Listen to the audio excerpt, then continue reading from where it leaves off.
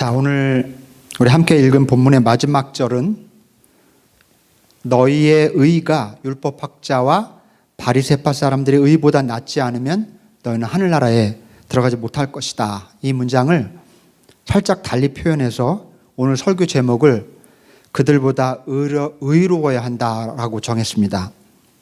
여기서 그들은 누굽니까? 서기관과 바리새파 사람들이죠. 왜 예수님은 그들보다 의로워야 한다고 말씀하셨을까요?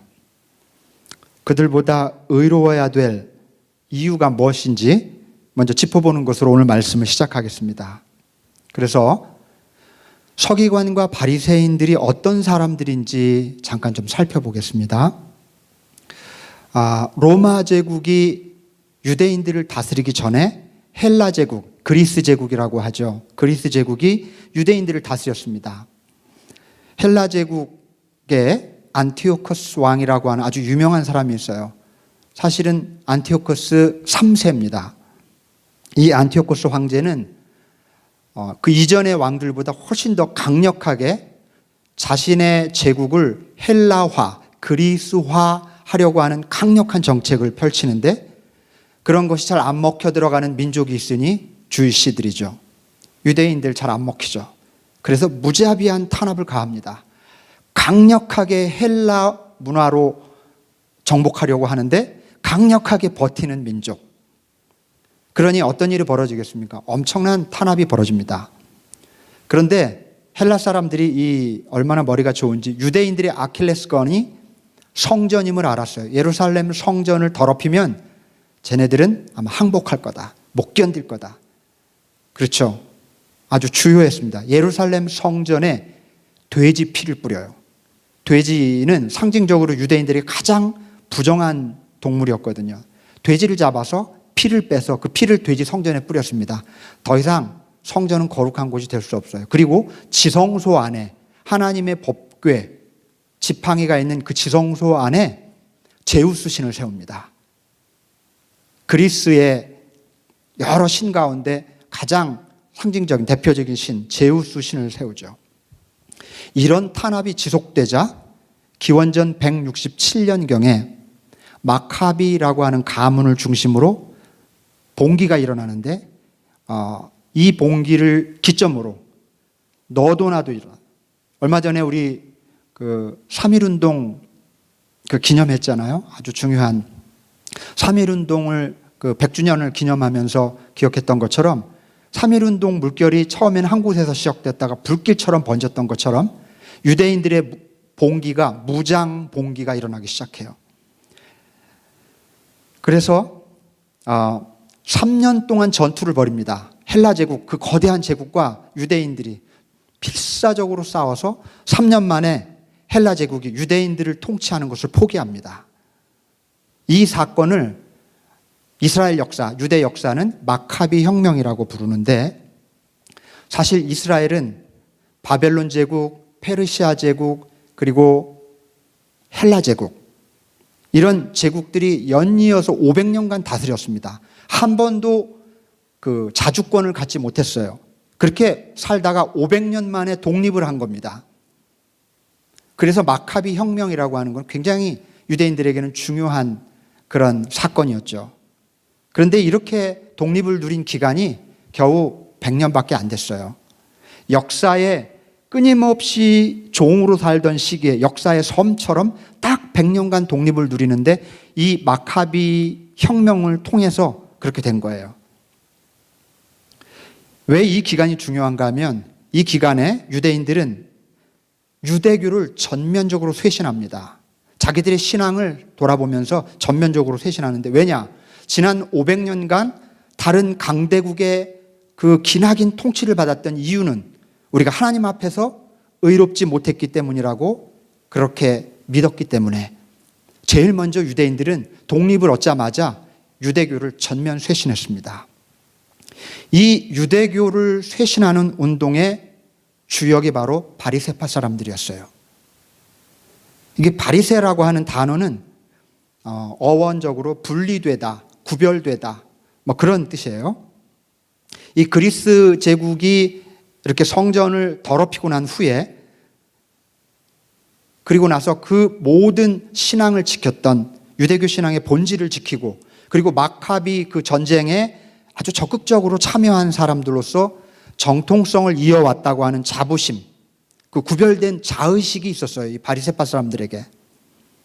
그리고 이 사람들은 이 독립된 100년 동안 성경을 폭넓게 연구했습니다. 여기서 성경이란 토라예요.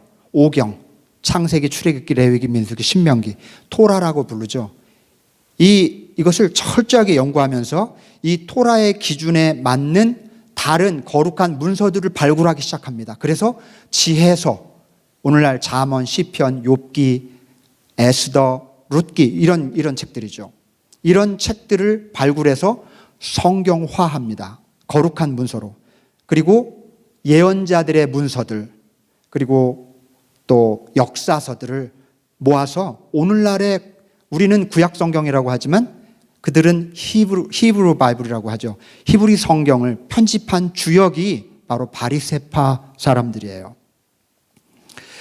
유대 사회에서 제사장과 사두개파라고 하는 그 파가 또 있는데 이 사람들은 엘리트적인 최고의 종교 귀족이었던 데 반해서 이 바리새파 사람들은 일반 평민들이 어떻게 신앙생활을 잘할 수 있을까, 그렇게 잘할 수 있도록 도울까에 관심이 굉장히 많았습니다.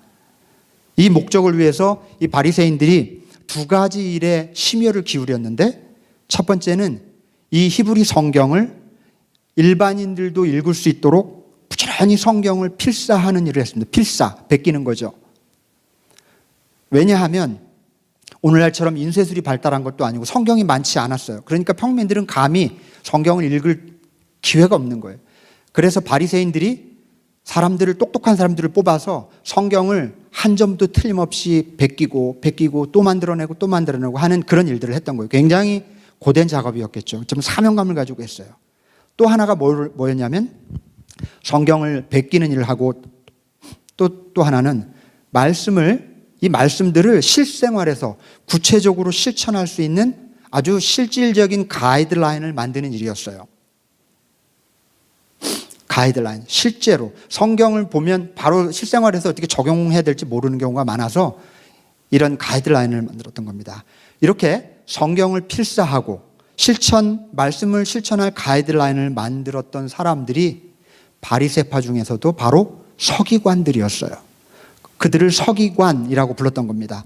그들 바리새파 안에 있는 사람들이에요. 이 서기관을 다른 말로 율법학자라고 우리 신약성경은 또 표현하기도 해요. 같은 말입니다. 그래서 서기관과 바리새파 사람들은 우리가 가지고 있는 선입견과는 달리 당시에 많은 유대 백성들에게 굉장히 많은 사랑과 존경을 받았습니다. 유대 백성들의 종교적, 정신적인 지주 역할을 했던 사람이에요. 막 권위를 부리고 사두개파 사람들처럼, 제사장들처럼 그러지 않고 백성들의 눈높이에서 신앙을 가르치고 신앙적으로 정말 살게 하려고 애쓰는 그런 사람들이 바리새인들이었어요. 그래서 신실한 믿음을 가진 사람들은 바리새인처럼 되기를 원했어요.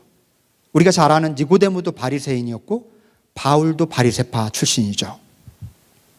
나중에 예수님 돌아가시고 한 30-40년 후에 로마에 의해서 로마 제국이 다스리던 중이었는데 다시 한번 예루살렘 성전을 완전히 파괴하는 그런 사건이 벌어지죠.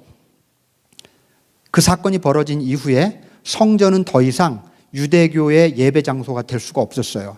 그 다음부터 바리새파를 중심으로 회당이라고 하는 곳에 모여서 신앙생활을 할 수 있는 그런 시스템을 만듭니다. 그래서 이 이후로 유대교에는 어떤 종파도 남아있지 않고 오직 바리새파만 남아요. 그래서 오늘날 우리가 알고 있는 회당 중심의 유대교, 이 세련된 형태의 유대교의 틀을 만든 사람들이 바리새인들이 굉장히 중요한 그런 사람들이죠. 자, 그렇다면 질문이 생기죠. 이렇게 훌륭한 사람들을 왜 예수님은 공생의 기간 내내 그렇게 비판하셨을까? 바리새인들을. 문제는 어디 있었냐면 이 사람들이 일반인들이 말씀을 삶 속에서 실천하도록 만든 그 가이드라인에 있었어요. 그 가이드라인을 다른 말로 규례, 정결례 이렇게도 부릅니다. 어떤 상황에서 어떻게 행동하는 것이 말씀을 거룩하게 지키는 것이고 하나님 앞에 정결한 일인지를 규정해 놓은 일종의 법조문이에요, 이 가이드라인이. 그런데 자꾸 세월이 가고 시간이 갈수록 이 규정들이 점점점 디테일해져요. 세세한 규정이 만들어졌고, 이것이 예수님이 사시던 당시에는 거의 사람들의 삶의 일거수일투족을 간섭하고 지시하고 억압하는 족쇄처럼 돼버린 거예요. 선한 뜻에서 시작되었던 의도가 참 좋았는데 나중에 이것을 더 철저하게, 더 온전하게, 더 완벽하게 지키려고 하는 법조문으로 만들어가다 보니 나중에는 그 지켜야 될 기본 10가지 10계명으로부터 시작해서 680가지가 680가지로 늘어나요. 그리고 그 680가지도 하나하나 또 디테일이 또 생기고 평생 그것만 연구하면서 살아가는 겁니다. 예를 한번 들어볼게요. 얼마나 사람들의 삶의 디테일을 지시했는지, 이 사람들의 그 규례, 정결이라는 게. 사람이 외출했다가 돌아오면 반드시 손을 씻어야 됩니다. 그거 뭐 당연한 거 아닙니까? 오늘날 우리들에겐 그렇지만 여러분, 중동 지역에서 물이 귀한 곳에서 외출했다 와서 손을 씻을 수 있는 사람 몇 안 됐어요. 이건 주로 귀족들이나 할 수 있는 일이지 평민들이 하기 참 어려운 일이에요. 그런데 규례로, 거룩한 말씀 실천의 가이드라인으로 딱 정해놓으니까 얼마나 괴로웠겠어요. 또 우리가 아는 것처럼 피 묻은 음식을 만져도 안 되고 당연히 먹어서도 안 되죠. 그래서 이 피와 관련된 규정들이 굉장히 많았습니다. 월경 중인 여인은 스스로 가족을 피해 있어야 했습니다. 피부병, 혈관 질환, 문둥병, 소경, 안진뱅이, 갖가지 신체 장애를 가진 사람은 그냥 그 자체로 무조건 부정한 사람이어서 접촉할 수도 없었고, 그들이 소위 깨끗하다는 사람들에게 다가갈 수도 없었습니다. 이런 사람들은 이렇게 그냥 무조건 부정한 사람으로 규정된 사람들은 그 건강하거나 깨끗한 사람들이 자기에게 다가오면 소리쳐야 돼요. I'm unclean. 나는 깨끗하지 않다. 부정하다. 부정하다. 이렇게 소리를 치지 않아서 그 사람이 얼떨결에 와서 이 사람 가까이 오면 큰 벌을 받게 되어 있어요. 한번 생각해 보세요. 장애를 가진 사람, 피부병을 앓는 사람이 나는 부정하다. 부정하다. 정상인들이 지나갈 때 그렇게 말했어야 했던 그 사람들의 아픔. 얼마나 힘들었겠습니까? 세금징수원, 세리라고 그러죠. 그 다음에 산파, 왜냐하면 피를 만지니까요. 장례사, 주검을 만지잖아요. 창녀, 이런 사람들은 그 직업 자체가 부정했습니다. 이들과 함께 밥을 먹으면 절대 안 되게 돼 있어요. 자, 이렇게 디테일하게 규정했을 뿐만 아니라 또 유명한 게 있어요. 안식일을 지키는 기준도 얼마나 꼼꼼하다 못해 병적으로 이렇게 규정을 해놓습니다. 금요일 저녁 해질 무렵부터 다음 토요일 저녁 해질 때까지가 안식일이거든요. 금요일 저녁에 정확히 언제부터가 안식일이냐를 놓고 논쟁이 분분했어요. 그때는 뭐 우리처럼 이렇게 시계가 있는 게 아니잖아요. 그러니까 금요일 저녁 해질 무렵에 노을이 불그스름할 때까지는 이래도 돼요. 근데 그 불그스름한 색깔이 그레이, 회색으로 바뀔 때 어떻게 하다가 그 시간이 될 때까지 일하고 있으면 그 사람은 위반한 거예요. 회색으로 바뀌면 일하면 안 돼요, 절대로. 만들어 놓은 음식을 먹는 건 괜찮은데 그 음식을 데피려고 불을 지피면 위반입니다. 몇 파운드 이하까지는 이렇게 들어서 옮겨도 되지만 안식일에, 그렇지만 그 이상을 들어서 옮기면 위반이에요. 안식일 위반. 그리고 안식일에 벽이 이렇게 무너져서 가축이 깔리면 구조할 수 없습니다. 근데 만약에 사람이 깔리잖아요. 사람이 깔렸을 때도 사람의 생명이 위독할 때만 구조할 수 있었고, 팔이 부러지거나 다리가 부러지거나 그런 상황에서 구조하면 안 돼요. 참 엄청나죠? 이렇게 세세하게 규정해 놓은 규례와 정결례, 가이드라인을 위반하면 부정한 사람이 되고 그와 접촉한 사람도 부정해집니다. 그러면 이들은 일정 기간 동안 성전에 가서 제사를 드릴 수가 없어요. 근데 이게 보통 심각한 문제가 아닙니다. 성전에 가서 제사를 드릴 수 없다는 것은 그 공동체에서 제외된다는 의미였고요. 유대 사회에서 고립되었다는 뜻이기 때문에 이 규례, 정결례를 지키는 일은 굉장히 중요하고 민감한 문제였던 거죠. 따라서 규례와 정결례의 내용을 결정하는 서기관과 바리새인들은 거룩함과 의의 상징이 되었어요. 그리고 새로운 종교 권력으로 점차 변질되어 갔던 겁니다. 예수님 당시에 이런 행태가, 바리새인들의 행태가 아주 절정에 달해 있었고, 예수님은 공생의 기간 내내 이 서기관과 바리새파가 규정해 놓은 규례와 정결례들을 의도적으로 끊임없이 위반합니다. 우리가 복음서를 읽으면서 예수님이 안식일도 안 지키죠? 손도 안 씻고 음식을 먹죠? 하물며 지금 부정하다고 지정해 놓은 세리, 창녀, 그죠? 그런 사람들하고 앉아서 보란듯이 밥을 먹잖아요. 얼마나 바리새파 사람들이 미웠을까요, 예수님이? 예수님은 멋모르고 한 게 아니에요. 대단히 의도적으로 그렇게 행하신 겁니다. 그들이 가진 허위의식을 고발하기 위한 아주 의도된 행동이었던 거죠. 예수님께서 서기관과 바리새인, 그들보다 더 의로워야 한다고 말씀하신 이유는 그들의 의가 껍데기 의였기 때문에 그렇습니다. 더 엄밀히 말하면 그들의 의는 의가 아니에요. 겉으로 규정해 놓은 그 룰을 내 몸이 행동으로 지킨다고 해서 그게 의가 되는가? 이런 문제의식이 있었던 거죠. 여러분, 그들보다 의로워야 한다는 예수님의 말씀은 정확히 말하면 그들의 의의 수준보다 더 높아야 한다거나 더 완벽해야 된다는 뜻이 아닙니다.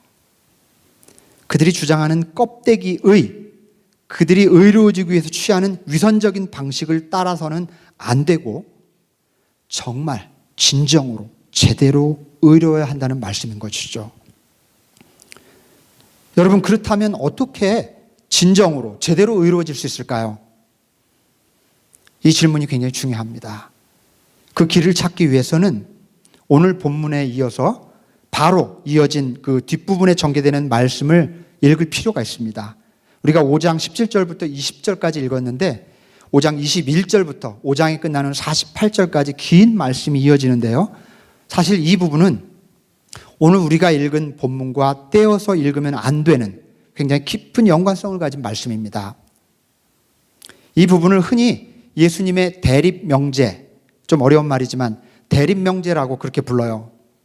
어떤 거냐면 우선 율법의 아주 누구나 알만한 대표적인 규정을 제시한 후에 그러나 나는 말한다 라는 말로 반대되는 말씀을 하시는 거예요. 그것과 대립되는 말씀을 던지는 그런 패턴이 쭉 나열되어 있습니다. 예를 들면 이런 거예요. 여러분도 아실 겁니다. 율법은, 여기 본문에는 옛사람들은 말하기를 이렇게 했지만 그건 율법은 이란 뜻입니다. 율법은 살인하지 말라고 했다. 그러나 나는 말한다. 형제 자매에게 성내는 사람은 심판을 받을 것이다. 율법은 간음하지 말라고 했다. 그러나 나는 말한다. 음욕을 품는 사람은 이미 그 여자를 범한 것이다. 율법은 거짓 맹세하지 말라고 했다. 그러나 나는 말한다. 도무지 맹세하지 말아라. 하늘로도 하지 말고 땅으로도 하지 말고 내 머리로도 하지 말라. 율법은 말했다. 눈은 눈으로, 이는 이로 갚으라고 했지만 그러나 나는 말한다. 오른 뺨을 치거든 왼 뺨도 돌려대라. 율법은 이웃을 사랑하고 원수는 미워하라고 했지만 그러나 나는 말한다. 원수를 사랑해라. 내 몸처럼 사랑해라. 이게 바로 그 유명한 대립명제고요. 오늘 본문 바로 뒤에 이어서 쭉 소개되는 말씀입니다. 이 내용을요, 철저윤리라고도 합니다. 아주 레디컬한 윤리라는 뜻이에요. 여러분께 좀 질문 드리고 싶은데요. 여러분 가운데 예수님께서 말씀하신 이 윤리를 이렇게 지키실 수 있는 분들 계십니까? 나는 가능합니다. 이렇게 말씀할 수 있는 사람이 있을까요? 아마도 차라리 바리새인들의 그 까다로운 율법이 더 쉬워 보일 겁니다. 차라리 그거는 지킬 수 있겠는데 예수님이 말씀하신 건 참 지키기 어려워 보이죠. 여러분, 이거는 예수님이 우리더러 완벽해지라는 거고 성인이 되라는 것과 다름이 없는 말씀이잖아요. 사실상 가능하지 않습니다. 이대로 지키는 것 가능하지 않아요. 가끔 정말 가끔씩 이 말씀을 그대로 지키는 위대하신 분들이 계시죠. 그러나 대부분의 사람들은 참 어렵습니다. 그렇다면 대체 보통 사람이면 그 하나도 지키기 어려운 그런 윤리를 왜 주님은 지키라고 하셨을까? 여러분, 바로 이 포인트가 중요합니다. 왜 예수님은 지키지 못할 것을 아시면서도 지키라고 말씀하셨을까? 이 부분이 오늘 설교 중에 가장 중요한 포인트입니다. 내 힘과 내 의지로는 한터럭도 의로워질 수 없다는 것을 알게 하시려고. 반전이 있어요. 예수님이 그 어려운 성인이나 할 수 있을 법한 일들을 하라고 명하신 그 근본적인 이유는 진짜 그것을 하기를 기대하셨다기보다 내 힘과 내 의지로, 내 능력으로는 그걸 지킬 수 없다는 것을 진정으로 깨닫게 하시기 위해서. 여러분, 인생을 살아가는 데 있어서 내 힘과 내 의지, 내 지혜와 내 경험, 내 생각과 판단, 이게 어느 정도 도움이 됩니다. 저는 이걸 부정하고 싶은 마음이 없어요. 어쩌면 굉장히 많은 도움이 될 수도 있어요.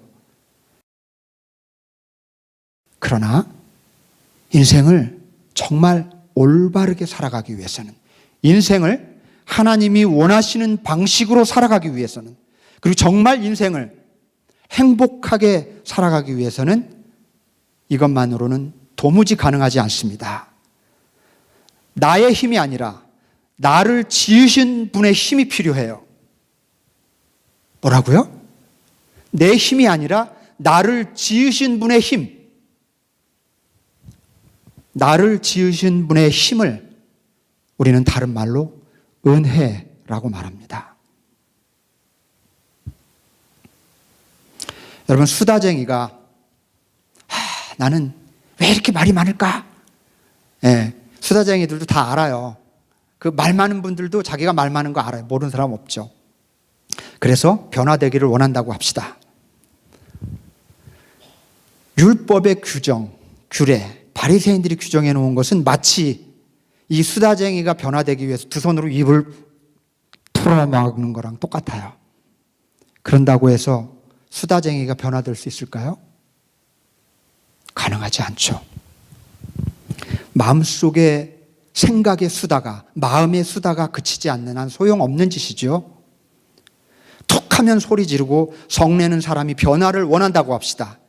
화가 날 때마다 누구의 그 어드바이스를 따라서 들판으로 나가서 막 소리를 지르면 이 사람이 변화될 수 있을까요? 그때는 잠시 도움이 될지 몰라요. 임시 방편일 뿐 근본적으로 마음이 다스려지지 않으면 소용이 없어요. 변화되지 않잖아요. 억지로 외적인 행위를 다스려봐야 소용없다는 말씀입니다. 내면이 다스려져야 되죠. 여러분, 제가 아는 한 사람의 내면을 만지고 변화시키는 힘은 은혜뿐입니다. 은혜뿐이에요.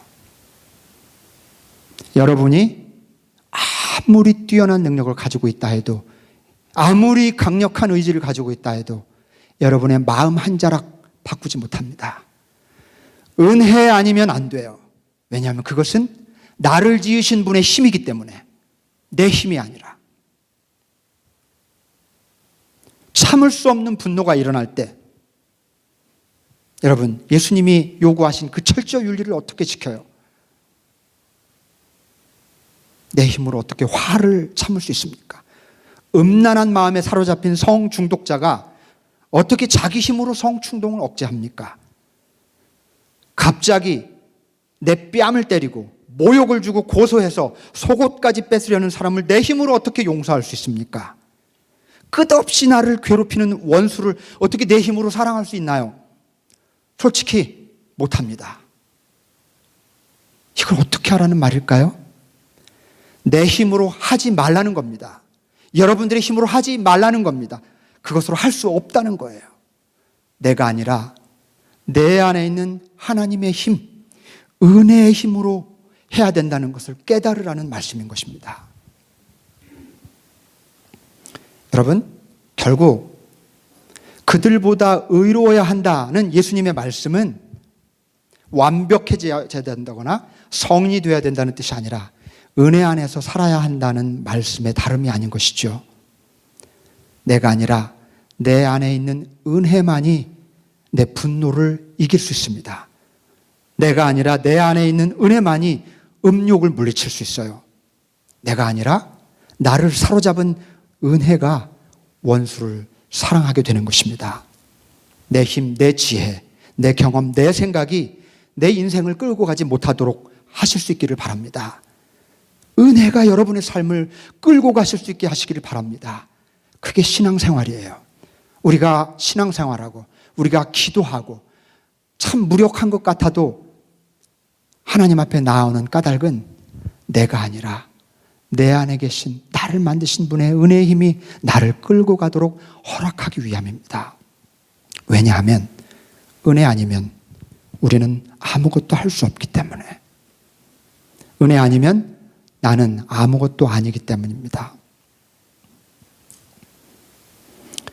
여러분, 그렇다면 은혜 안에서 살아가려면 어떻게 해야 될까요? 눈을 떠야 돼요. 눈. 은혜 안에서 살아가려면 신앙생활을 열심히 해야 하지만 열심히 하다 보면 또 습관이 돼요. 눈 감은 채 신앙생활 하는 사람들도 참 많습니다. 눈을 뜬다고 하는 이 비유를 이해하실 수 있으시겠죠? 눈을 떠야 돼요. 내 부족함에 눈을 떠야 돼요. 정말 나는 안 되겠구나. 눈을 떠야 돼요. 내가 그동안 은근히 자랑하고 자부심을 느꼈던 내 능력과 지혜가 모자라다는 사실에 눈을 떠야 해요. 내 능력이 부끄러운 것이라는 사실에 눈을 뜨고 내가 걸어온 길이 잘못된 길이었음에 눈을 뜨는 것입니다. 또 한편 내가 지금까지 살아온 것이 내 힘으로 이룬 것이 아니었구나. 내가 지금 누리고 있는 것이 당연히 내가 수고해서 얻은 것이 아니었구나. 주님께서 허락한 것이었구나. 내 인생이 내 힘만으로 살아온 게 아니라는 사실에 눈을 떠야 되고, 내가 살아온 삶이 우연히 여기까지 온 게 아니라는 것에 눈을 뜨고, 나를 살게 하신 분의 은혜 없이는 내가 온전히 살 수 없었음에 눈을 뜨는 것입니다. 예수 믿는 사람을 핍박했던 사울은 다마스커스로 가는 길 위에서 주님을 만나고 눈이 멀어버려요. 강렬한 빛을 보고, 너무 빠르네요. 이게 아닌데. 파워포인터 씨, 이게 아니에요.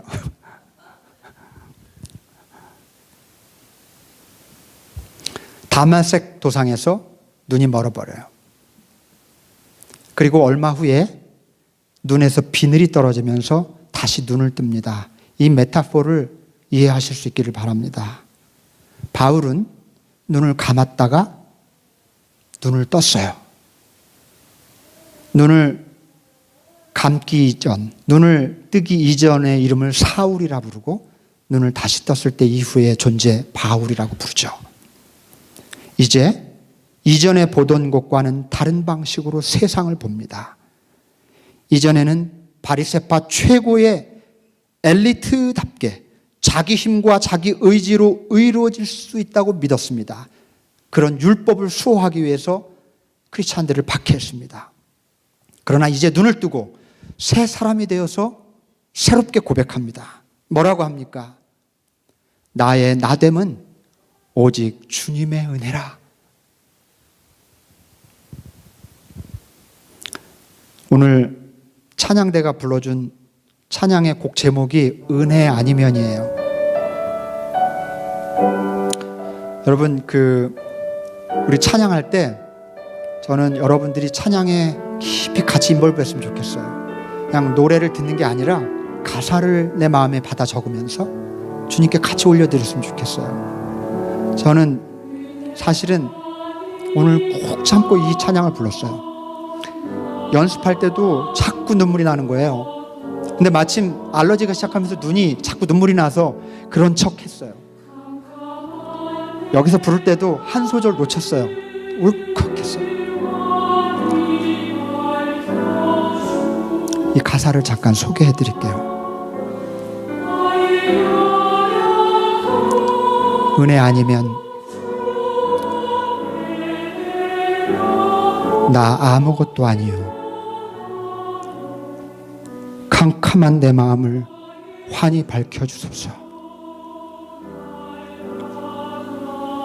나의 연약함 주 앞에 내려놓기를 원하네. 오 나의 주여, 나를 받아주소서. 은혜 아니면 나 서지 못하네. 내 연약함 아시는 주님을 바라봅니다.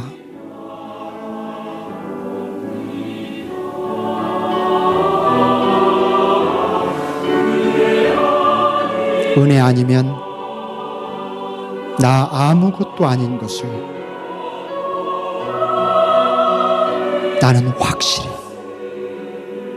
나는 확실히 아네.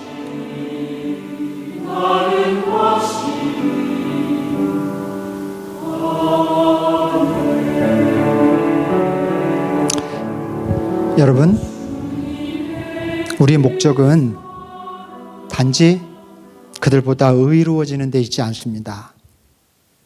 서기관, 바리새인, 그들보다 의로워져서 뭐해요?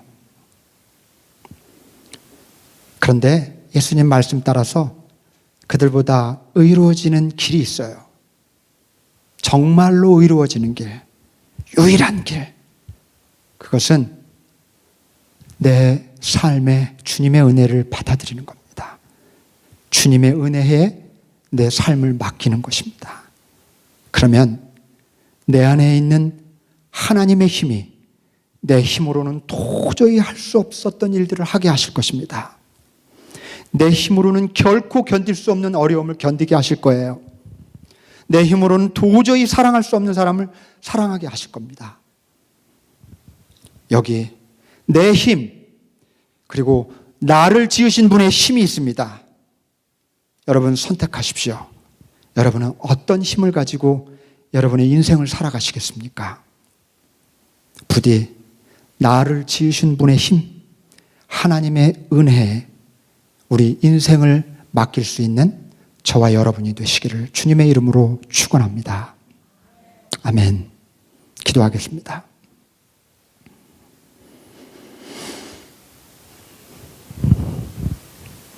은혜 아니면 나 아무것도 아닙니다.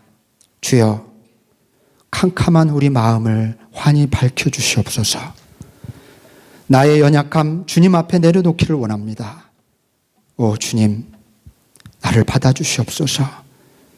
은혜 아니면 나 설 수 없습니다. 내 연약함 아시는 주님 바라봅니다. 은혜 아니면 나 아무것도 아닌 것을 확실히 알게 하여 주시옵소서. 나를 지으신 분의 힘에 의지하여 우리 삶을 살아가게 하여 주시옵소서. 우리 주 예수 그리스도의 이름으로 기도하옵나이다. 아멘.